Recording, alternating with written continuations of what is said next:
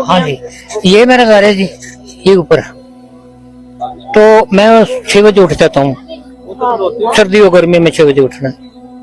तो मैं उठ के अपनी चरपाई पे बैठा था, जुराबा पहना था, मैं जूता पहन लूँ तो फिर बाहर निकलता हूँ। तो जैसे ही मैंने जूता पहना तो मेरी बेटी, धमाका हुआ तो मेरी बेटी उठ गई बड़ी वाली, मुझे कहती है अबू चाचू के घर कुछ हो गया।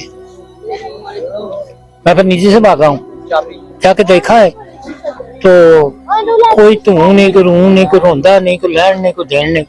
शुक्र कि मेरा छोटा भाई सामने आ गया मेरे, वो बाहरले कमरे जैसी मेरे गले लग गया। मैनू कहता कि पता नहीं हूँ केड़ा बचा तो केड़ा रह गया, जल्दी करो। मुंडे लेने में 4-5 जो पढ़ी चुकी है मेरी भाभी जो है, उसकी बीवी कुछ पढ़ी तो थले आ गई थी, उसकी पसलियां भी टूट गई और जगह पे मर गई। जब मैंने उठाई है तो उसकी गर्दन जड़ी लट गई थी। अच्छा, मेरी भतीजी थी अंदर, वो बॉलीवुड से वो बच गई है। उसके बाद मेरी बड़ी भाभी गाँव वाली आई थी, वो भी जगह पे मर गई।